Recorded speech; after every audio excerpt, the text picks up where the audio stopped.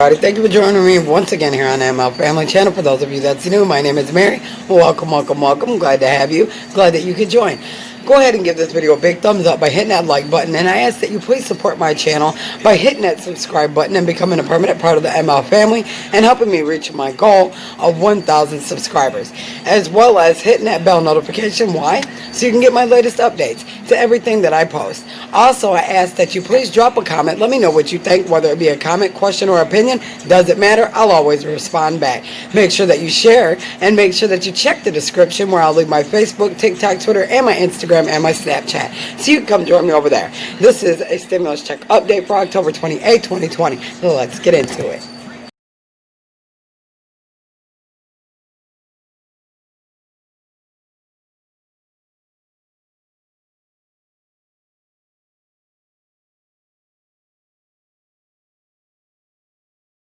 Or that $1,200 in stimmy that you either got as a direct deposit to your bank account or as a check in the mail. Now, with the White House, Senate Republicans, and House Democrats still in a standoff, a second round of stimulus checks is really a Schrodinger stimulus. It's not dead, but it's also not a hope to hold your hat on. But the stimulus checks were enormously helpful. So let's take a look at the data to contextualize this. So pulling this up, give me a second here.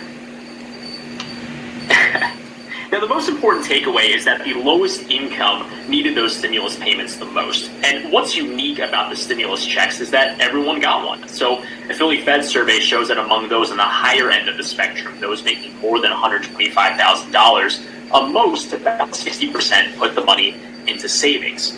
It was really the people who made less money, specifically less than $40,000 a year, that leaned heavily on using that stimulus money to make ends meet. In fact, in this case, only a fifth said they would put any into savings. So what did they spend on? They put it into things they needed to survive: food, medicine, rent, a good trade, which illustrates that point. And among those who lost income, obviously most commonly because they lost their job, 81%, or the orange bar here, said they mostly spent the money on expenses. Now compare that to those that didn't experience any job loss, where 60% of people said they spent the money.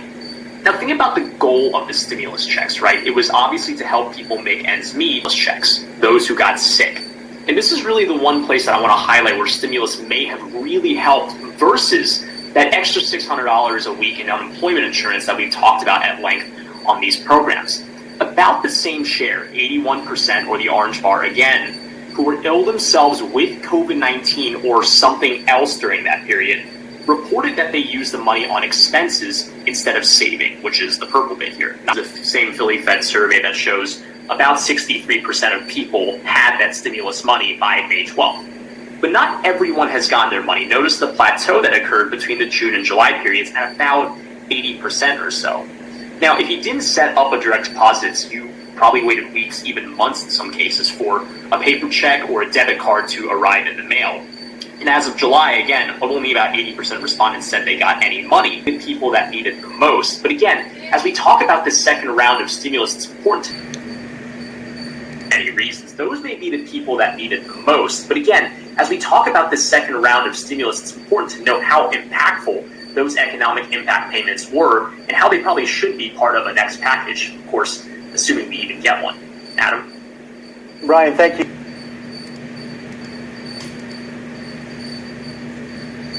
So I found another article from Fortune. I've been going through a bunch of articles and researching. I haven't had no sleep. I've been up since 3 this morning trying to find information for everybody. And I found one that says, when Congress is likely to make a deal to send more stimulus checks. Our mission to help you navigate the new normal is fueled by what is going on with everything with the negotiations. Weeks of daily negotiations between the White House and House Speaker Nancy Pelosi almost assertedly won't result in a stimulus deal before the election, as the Senate adjourned until after the election, likely killing any near-term hope of a deal. Though a bill won't come in time for November 3rd, White House spokeswoman Alyssa Farah said on Fox and Friends on Tuesday, "We're confident that we could get something in the coming weeks. We're hoping within weeks. I don't want to get too ahead of any announcements. Some economists and analysts, however, expect the deal may not come until early next year. Deutsche Bank economist Brett Ryan estimates the stimulus package may arrive as late as February, in which case aid likely wouldn't be distributed until early March. If the package includes another round of $1,200 stimulus checks, it would likely take 2 weeks after passage to hit Americans' bank accounts. Now, with that being said, Donald Trump has come out and said, out of his own mouth, when and after the election, when I win, I will give you a bigger, better stimulus. So he doesn't plan on giving us anything before then. Nancy Pelosi did not plan on giving us anything before then. That's why she was causing all the stalemates.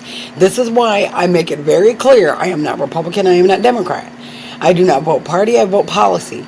I am an independent. I think what is going on is wrong. I'm not even an independent, I'm just me. This is my choice, my opinion. And I think that for them to say seats for stimulus is wrong, for us to have to sit back and wait for the help as the American taxpayers while you get to keep your jobs, you want to give us stimulus for your Senate seat. That is bribery. That is exactly what I've been saying in almost every video. Okay, take for instance when Rod Blagojevich of Illinois tried to sell Barack Obama's Senate seat. He went to jail. Why? Because it is illegal.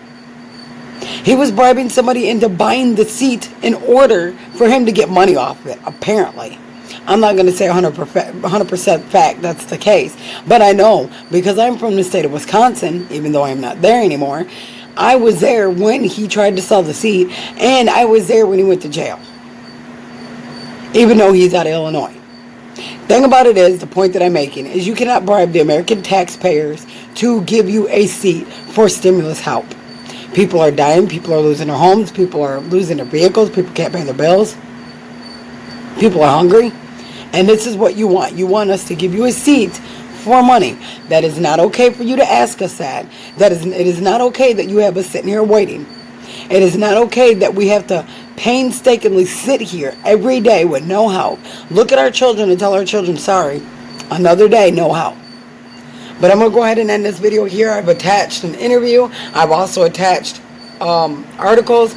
Let me know what you think. Go ahead and give this video a big thumbs up by hitting the like button. Subscribe to my channel. Turn the post notifications on so that you can get the latest updates.